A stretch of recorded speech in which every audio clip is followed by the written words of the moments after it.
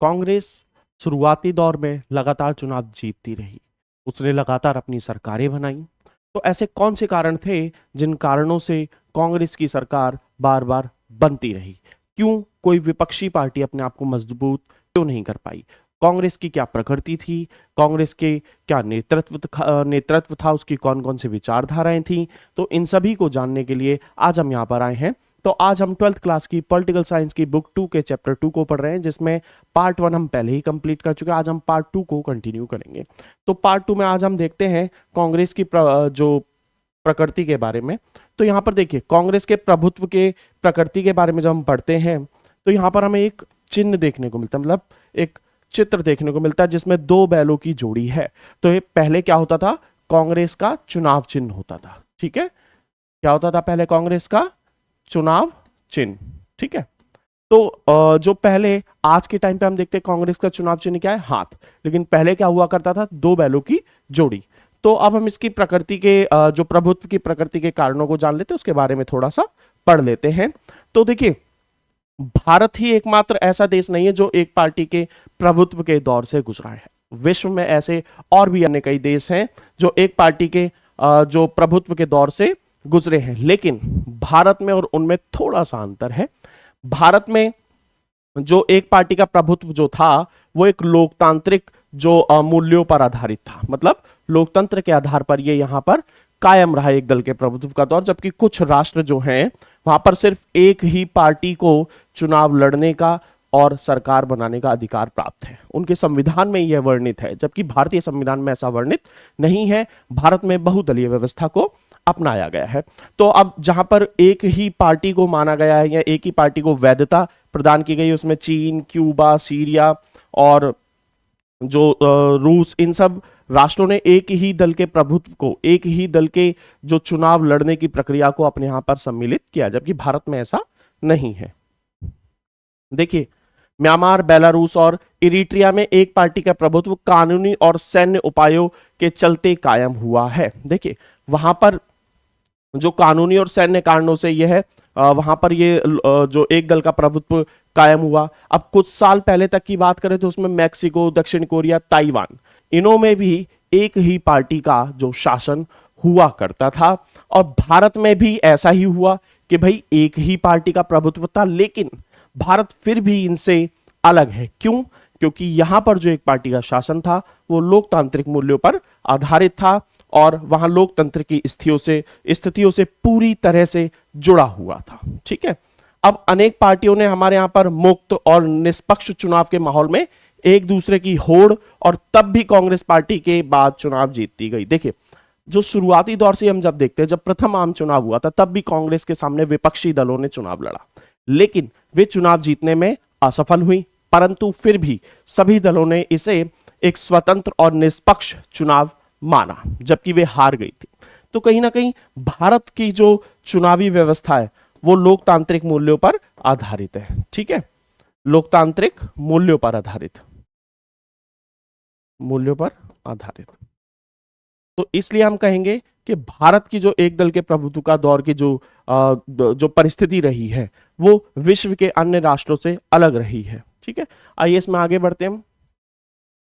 तो शुरुआत में ये क्वेश्चन आपके एग्जाम में बहुत आता है, 4 मार्क्स में या 3 मार्क्स में कई बार आ चुके हैं, कि कांग्रेस एक सामाजिक और वैचारिक गठबंधन के रूप में। देखिए, कांग्रेस एक सामाजिक और वैचारिक गठबंधन के रूप में देखी गई, क्यों, उसके बारे में हम जान लेते हैं। तो कांग्रेस की जो स्थापना की गई थी वो 1885 में A.O. ह्यूम द्वारा की गई थी। किसके द्वारा? A.O. ह्यूम के द्वारा। और उस समय पर यह नवशिक्षित, कामकाजी और व्यापारिक वर्गों का हित समूह हुआ करता था। मतलब उसमें जो शिक्षित लोग हुआ करते थे, व्यापारी लोग हुआ करते थे, कामकाजी लोग हुआ करते थे। लेकिन धीरे धीरे इसने क्या किया? इसने जन आंदोलन करना शुरू कर दिया। धीरे धीरे कांग्रेस ने जन आंदोलन का रूप ले लिया और इस तरह से यह एक जनव्यापी राजनीतिक पार्टी के रूप में बदल गई। और धीरे धीरे क्या किया इन्होंने?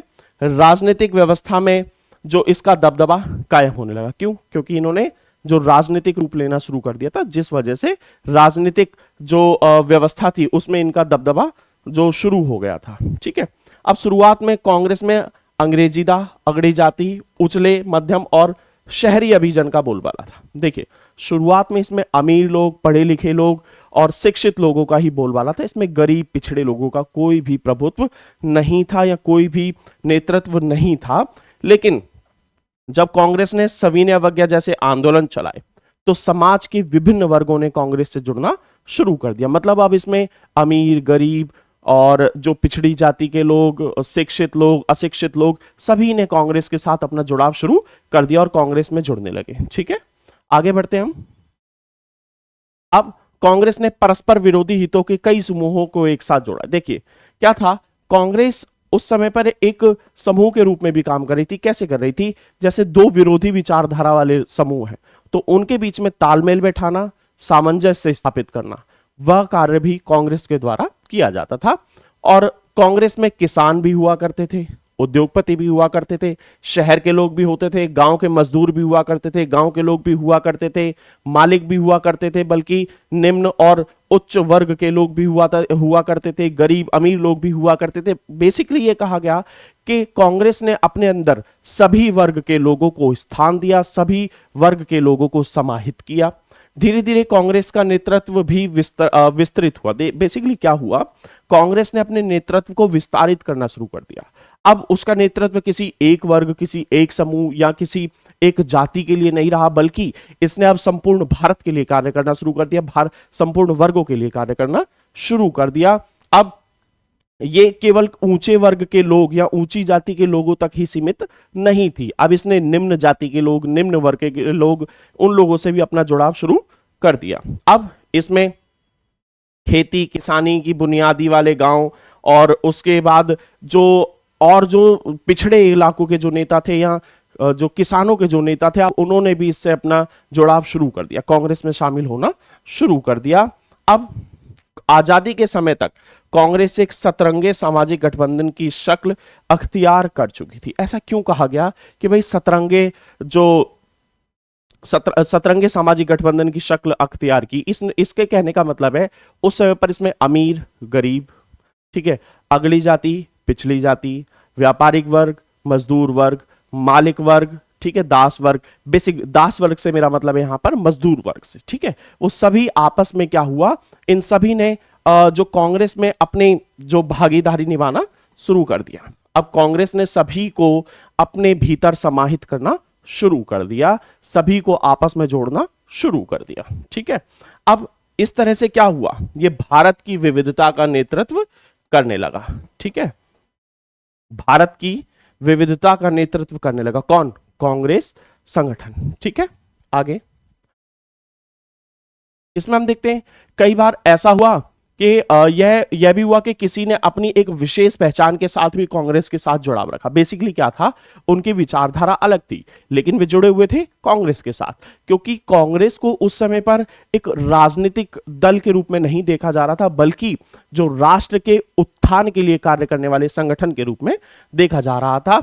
तो उस समय पर कई बार क्या हुआ कि विभिन्न विचारधाराओं के लोग, अलग अलग विचारधाराओं के लोग, अलग अलग जो सोच रखने वाले लोग कांग्रेस के भीतर ही जुड़े रहे और इस तरह से कांग्रेस क्या हुई, एक विचारात्मक गठबंधन बन गई। क्या हुआ, कांग्रेस एक विचारात्मक गठबंधन बन गई जहां विभिन्न विचारधाराओं के लोगों ने आपसी जुड़ाव को बनाए रखा।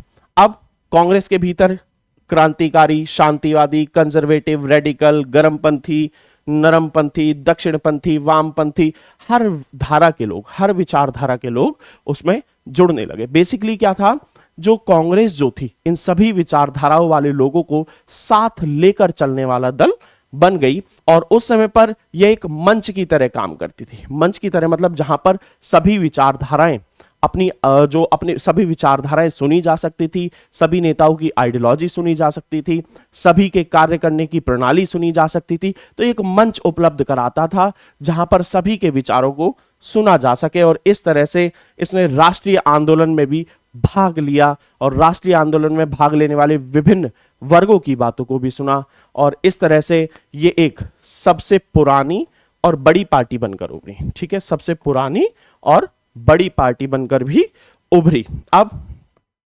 आजादी से पहले इसमें अनेक संगठन हुआ करते थे, ठीक है, और जो विभिन्न पार्टियां होती थी उनको भी कांग्रेस के भीतर रहने की इजाजत थी।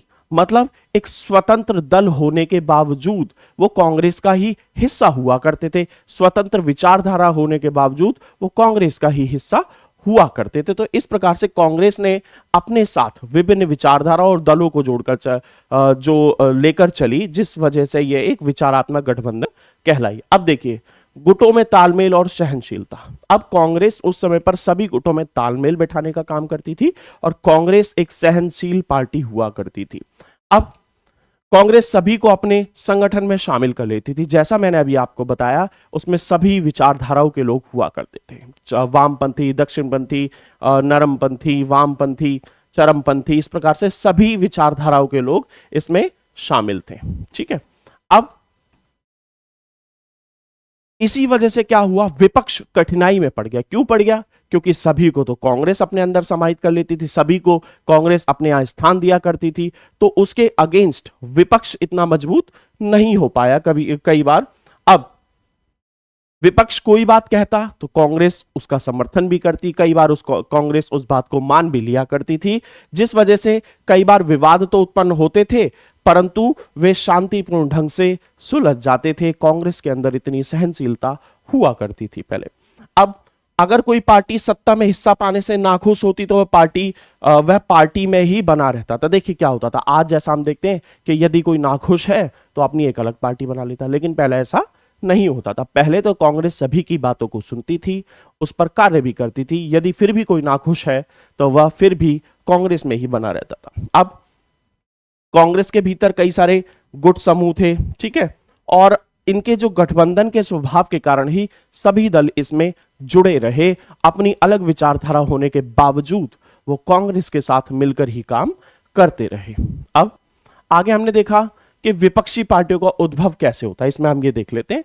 तो भारत में विपक्षी पार्टियां तो थी, लेकिन उन्हें कांग्रेस जैसा बहुमत कभी नहीं मिला। देखेंगे आप कि जब शुरुआती जो प्रथम आम चुनाव हुए तो किसी विपक्षी पार्टी को 16 सीट मिल रही, किसी को 4, किसी को 2, किसी को 1, इस प्रकार से कोई भी कांग्रेस जितनी सीटें नहीं जीत पाया, इवन उसके आसपास भी नहीं था। अब जबकि ये पार्टियां भी 1950 से पहले बन चुकी थी, कुछ पार्टियां ऐसी थी जो 1950 से पहले बन चुकी थी या 50 के दशक में बनी, ठीक है, लेकिन वो फिर भी अपने लिए चुनावों में सीट जीतने में सफल नहीं हुई। अब कुछ ने 60 और 70 के दशक में राजनीति में महत्वपूर्ण भूमिका भी निभाई है। देखिए, जब हम आगे चैप्टर्स में पढ़ेंगे तो जनता दल इत्यादि को जब हम पढ़ेंगे तो वे पार्टियां, उसमें जो संगठन थे या जो पार्टियां थी वो पुरानी पार्टियां थी, परंतु फिर भी वे शुरुआती दौर में अपने लिए जगह नहीं बना पाए राजनीति में। लेकिन 60 और 70 की राजनीति में उन्होंने 1960 और 70 के दशक की राजनीति में उन्होंने एक महत्वपूर्ण भूमिका निभाई थी। आज हम देखते हैं लगभग जितनी भी गैर कांग्रेसी पार्टियां हैं वो किसी ना किसी रूप में 1950 के दशक में जो विपक्षी दलों की जड़ कहीं ना कहीं उनसे मिलती है। हमें कहीं ना कहीं किसी ना किसी रूप में वे उन पार्टी से रूपांतरित हुए हैं या उनका परिवर्तन हुआ या नाम बदला गया। आज हम जितनी भी पार्टियों को देखते हैं, आज देखते हैं कि 1950 के दशक में सभी विपक्षी दलों को लोकसभा अथवा विधानसभा में कहने भर को प्रतिनिधित्व मिल पाया।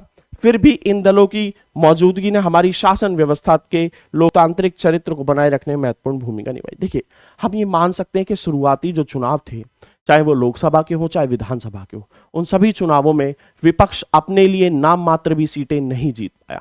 कुछ ही सीटें जीतकर विपक्ष ने अपनी भूमिका निभाई, लेकिन फिर भी विपक्ष का जीत कर आना, विपक्ष का अपनी भूमिका निभाना लोकतंत्र को मजबूत करने में, लोकतंत्र को स्थापित करने में, लोकतंत्र को कायम करने में एक महत्वपूर्ण भूमिका निभाता है, जो उस समय भी विपक्षी दलों ने निभाई थी। ठीक है, अब आगे चलते हैं। तो इन दलों ने कांग्रेस पार्टी की नीतियों और व्यवहारों की आलोचना की। देखिए क्या हुआ, शुरुआती दौर में विपक्षी दलों ने जो कांग्रेस की नीतियों की आलोचना भी की थी और कई जो दलों ने इसकी प्रशंसा भी की है। विपक्षी दलों ने शासक दल पर अंकुश रखा और इन दलों के कारण कांग्रेस पार्टी के भीतर शक्ति संतुलन बना रहा। देखिए क्या होता है, जितनी भी विपक्षी विचारधाराएं थी या विपक्षी दल थे, उन सभी ने कांग्रेस के भीतर शक्ति संतुलन बनाए रखा। यदि ये शक्ति संतुलन बिगड़ जाता तो भारत में भी शासन व्यवस्था डगमगा जाती, बिगड़ जाती। परंतु इन सभी जो कार्यों में विपक्ष की भी भूमिका महत्वपूर्ण रही है, विभिन्न संगठनों की भी भूमिका महत्वपूर्ण रही है। अब ये जो विपक्षी दल थे, इन्होंने लोकतंत्र में एक विकल्प छोड़ा। मतलब यदि हम कांग्रेस को ना चाहें तो हम किसको चाहेंगे? तो कहीं ना कहीं विपक्षी दल हमारे लिए मौजूद था कि हम कांग्रेस को यदि ना चाहें तो उन दलों को अपने लिए चुन सकते, अपने शासक के रूप में हम उनको देख सकते। कहीं ना कहीं उनका अस्तित्व बने रहने के कारण ही आज हम देखते हैं कि हमारे यहां पर बहुदलीय व्यवस्था पूरी तरह से कायम है, वह सफल सिद्ध हुई है। अब इन दलों ने ऐसे नेता तैयार किए जिन्होंने आगे के समय में हमारे देश की तस्वीर को संवारने में अहम भूमिका निभाई। देखिए, हम देखते हैं कि हमने विभिन्न आंदोलन देखे, जयप्रकाश नारायण जैसे नेता रहे, मोरारजी देसाई जैसे नेता रहे, चौधरी चरण सिंह जैसे नेता रहे। कहीं ना कहीं ये जो विपक्षी नेता थे, आगे इन्होंने देश की तस्वीर को और ज्यादा मजबूत किया, अपनी भूमिका निभाई कि हम राष्ट्र को कैसे मजबूत करके रखें, कैसे एकजुट करके रखें। अब शुरुआती जो साल थे उसमें कांग्रेस और विपक्षी दल के नेताओं के बीच पारस्परिक सम्मान का जो गहरा भाव था। देखिए क्या था, शुरुआती जो दौर में कांग्रेस विपक्षी दल के नेताओं का भी सम्मान करती थी, इवन कई बार विपक्षी दल के नेताओं को अपनी सरकार में भी जगह दिया करती थी। आगे हम यहां पर उदाहरण भी पढ़ेंगे कुछ ऐसे, ठीक है। तो जो स्वतंत्रता के बाद अंतरिम सरकार जो बनी, जिसने देश का शासन संभाला, जो इंतरिम गवर्नमेंट बनी, उसके मंत्रिमंडल में डॉक्टर अंबेडकर और श्यामा प्रसाद मुखर्जी जैसे विपक्षी नेता शामिल थे। देखिए, मैंने अभी आपको बताया कि उस समय पर कांग्रेस विपक्षी दलों के नेता को भी महत्व दिया करती थी, इवन उन्हें भी शासन की भागीदारी में शामिल किया करती थी। जवाहरलाल नेहरू जो थे वो सोशलिस्ट पार्टी के प्रति अपना प्यार इजहार करते थे, मतलब उनका झुकाव था सोशलिस्ट पार्टी के प्रति, और उन्होंने जयप्रकाश नारायण को या जयप्रकाश नारायण जैसे समाजवादी नेता को सरकार में शामिल होने का न्योता दिया कि आइए आप हमारी सरकार में जो अपनी भागीदारी निभाइए, ठीक है। इवन कह सकते कि मनोनीत करने का प्रयास किया, परंतु उन्होंने इस इनविटेशन को ठुकरा दिया या एक्सेप्ट नहीं किया। अपने राजनीतिक प्रतिद्वंदी से इस किस्म का निजी रिश्ता और उसके प्रति सम्मान का भाव दलगत प्रतिस्पर्धा के तेज होने से लगातार कम होता गया। देखिए क्या हुआ, जैसे जैसे जो पार्टी कंपटीशन बढ़ता गया, सरकार में आगे आने की होड़ बढ़ती गई, वैसे वैसे ये जो विपक्षी नेता और जो रूलिंग पार्टी के नेताओं के बीच का प्यार था, आपसी जुड़ाव था, ये धीरे धीरे कम होता गया। आज हम देखते हैं कि ये सभी जो विपक्षी और रूलिंग पार्टी के नेता एक दूसरे के कट्टर हो जाते हैं, कई बार संसद में कट्टर हो जाते हैं, कई बार राजनीतिक जो प्रतिद्वंदिता के कारण, ठीक है। तो लेकिन पहला ऐसा भाव नहीं देखा जाता था, पहले इनों में आपसी जुड़ाव देखा जाता था, जो आज हमें देखने को नहीं मिलता है। देखिए, इससे आगे जब हम चलते हैं तो भारत के कुछ राजनीतिक दलों के बारे में पढ़ लेते हैं। इस समय पर जो दो मेजर पार्टीज है उनके बारे में देख लेते हैं, बीजेपी और कांग्रेस, ठीक है। ये दो पार्टी हमें देखने को मिलती है। इसके अलावा हम देखते हैं socialist party, communist party of India, भारतीय जनसंघ, ऐसे अनेक दल हमें यहाँ पर देखने को मिलते हैं, जिनको हम आगे चैप्टर्स में पढ़ेंगे, इसलिए यहाँ पर हम इसको शॉर्ट में ही देख रहे हैं, ठीक है।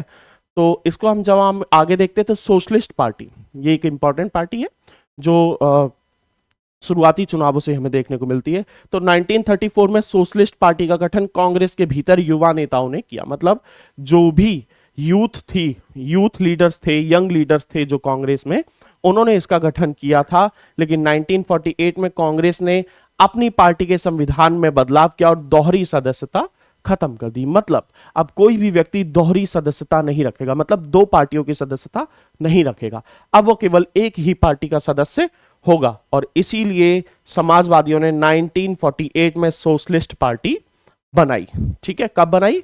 1948 में सोशलिस्ट पार्टी बनाई। और चुनावों में जो पार्टी को ज्यादा सफलता नहीं मिली, ज्यादा सीटें नहीं मिली, और इनके संस्थापक जो थे वो थे आचार्य नरेंद्र देव। कौन थे इनके संस्थापक? आचार्य नरेंद्र देव। इनकी विचारधारा के बारे में जान लेते हैं। तो ये समाजवाद में विश्वास रखते थे। अब समाजवाद क्या है? समाजवाद को जानना है तो आपको बुक 1 के चैप्टर 1 की वीडियोस को जाकर देखना होगा, आपको वहां अच्छे से समझ में आ जाएगा समाजवाद क्या है, ठीक है। इन्होंने कांग्रेस की आलोचना की और यह भी कहा कि कांग्रेस अमीरों की पार्टी है और यह पूंजीपतियों की पार्टी है, मतलब पूरी तरह से पूंजीवाद को बढ़ावा देती है, अमीर लोगों को बढ़ावा देती है। और इस तरह से कांग्रेस गरीबों की भलाई के लिए काम नहीं कर रही है। इनका कहना था कि कांग्रेस गरीबों की अनदेखी कर रही है। ठीक है, आगे जो हम दूसरी पार्टियों के बारे में पढ़ेंगे तो उससे पहले हम जान लेते हैं सोशलिस्ट पार्टी के कई गुटों में टूट गई। जैसे कांग्रेस से टूटकर कई दल बने, ऐसे ही उन दलों से भी टूटकर कई दल बने। तो यहां पर सोशलिस्ट पार्टी से टूटकर जो यहां पर किसान मजदूर प्रजा पार्टी, प्रजा सोशलिस्ट पार्टी, संयुक्त सोशलिस्ट पार्टी, ये जो प्रमुख पार्टी दल इससे निकल कर आए। और इनके जो प्रमुख नेता थे वो थे जयप्रकाश नारायण, अशोक मेहता, राम मनोहर लोहिया, अच्युत पटवर्धन, आचार्य नरेंद्र देव और एस.एम. जोशी। ठीक है, ये विभिन्न नेता थे जो इन दलों से संबंधित थे। ठीक है, आगे कम्युनिस्ट पार्टी ऑफ इंडिया के बारे में जान लेते हैं। तो भारत में 1920 में कई साम्यवादी समूह उभरे थे। देखिए, जब 1917 में जो रूस में भी क्रांति हुई थी, जिसके बाद सोवियत संघ का गठन हुआ, तो उसी दौर में, उसी समय पर भारत में भी जो कई साम्यवादी जो समूह उभर कर आए, यह रूस की क्रांति से प्रभावित थे। देखिए, मैंने अभी आपको बताया जो उस समय पर रूस में क्रांति हुई थी, उससे ही ये प्रेरित थे। अब देश की समस्या का हल साम्यवाद की राह द्वारा करना चाहते थे। कहते थे कि हम देश की विभिन्न समस्याओं का हल साम्यवादी विचारधारा के आधार पर कर सकते हैं, विभिन्न समस्याओं को सुलझा सकते हैं। 1935 तक कांग्रेस के दायरे में रहकर इन्होंने काम किया, लेकिन उसके बाद यह कांग्रेस से अलग हो गए और 1941 में दिसंबर में कांग्रेस से अलग हो गए और इन्होंने अपनी अलग पार्टी बनाई। ठीक है, अब इनकी जो विचारधाराओं के बारे में जान लेते हैं। तो 1947 की आजादी सच्ची आजादी नहीं है। इनका मानना था कि जो हम 1947 में आजाद हुए, ये हमारे लिए कोई आजादी नहीं थी। इस पार्टी ने तेलंगाना में हिंसक विद्रोह को बढ़ावा भी दिया। ठीक है, तेलंगाना में इन्होंने हिंसक जो विद्रोह भी किए और सरकार को इनके आंदोलनों को दबाने के लिए भी काम करना पड़ा। बेसिकली इनके जो आंदोलन थे वो हिंसक थे और सरकार को सैन्य कार्रवाई कर उन्हें दबाना पड़ा। और 1951 में इन्होंने हिंसक क्रांति का रास्ता छोड़ दिया। बेसिकली इन्होंने हिंसा का प्रयोग कम कर दिया या समाप्त कर दिया। और पहले चुनावों में इन्होंने 16 सीटें जीती थी। कितनी जीती थी?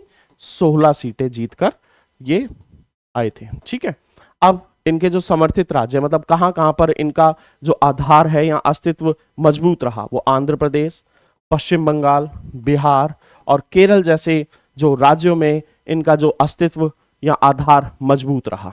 ठीक है, आगे जब हम देखते हैं तो कांग्रेस, ये जो कम्युनिस्ट पार्टी है, ये भी 1964 में टूट गई और ये कम्युनिस्ट पार्टी और कम्युनिस्ट पार्टी ऑफ इंडिया। ठीक है, अब यहां पर क्या सीपीआई और यहां पर सीपीआई-एम। ठीक है, इन दो भागों में ये टूट गई। और इसके नेताओं के बारे में बात करते हैं तो ए.के. गोपालन, एस.के. डांगे, ई.एम.एस. नंबूदरीपाद, ठीक है, और पी.सी. जोशी, अजय घोष और टी. सुंदरैया। अब यहां पर हम जब देखते हैं तो नंबूदरीपाद के बारे में हमने इस चैप्टर के पार्ट 1 में हमने पढ़ा है, जिन्होंने केरल में पहली गैर कांग्रेसी सरकार बनाई थी, हालांकि जिसको बर्खास्त कर दिया गया था। उसके लिए आप जो पार्ट 1 को जाकर जरूर देखें, आपको समझ में आ जाएगा पूरी तरह से ये। और इसी के साथ हम देखते हैं भारतीय जनसंघ, यह भी पुरानी पार्टी है। 1951 में इसका जो गठन किया गया श्यामा प्रसाद मुखर्जी के द्वारा। किसके द्वारा? श्यामा प्रसाद मुखर्जी के द्वारा। इनकी जो विचारधाराएं थी वो क्या कहती थी कि पाकिस्तान को मिलाकर भारत जो एक अखंड भारत बनना चाहिए। ठीक है, पाकिस्तान को भारत में मिलाकर एक अखंड भारत का निर्माण हमें करना चाहिए। हिंदी को राजभाषा बनाना चाहिए। अल्पसंख्यकों को जो रियायत है वो समाप्त कर देनी चाहिए। बेसिकली ये रिजर्वेशन का विरोध करते हैं। ठीक है, क्या करते हैं?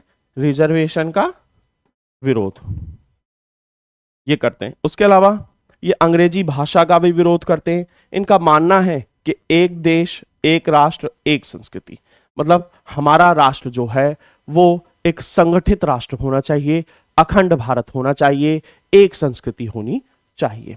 और इसी के साथ जो हम आगे इसमें देखते हैं कि इसके जो नेता थे वो कौन कौन से थे? श्यामा प्रसाद मुखर्जी, दीनदयाल उपाध्याय, बलराज मधोक, और इनके जो समर्थन वाले राज्य, जिन्हें हम हिंदी भाषी राज्य भी कह सकते हैं, राजस्थान, मध्य प्रदेश, दिल्ली और उत्तर प्रदेश।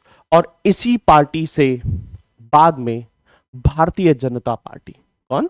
भारतीय जनता पार्टी, जिसे हम बीजेपी कहते हैं, वो निकली। ठीक है, तो कहीं ना कहीं भारतीय जनसंघ के जो उत्तराधिकारी के रूप में हम बीजेपी को जानते हैं या देख सकते हैं। तो इसी के साथ जो हमारा चैप्टर है वो कंप्लीट होता है।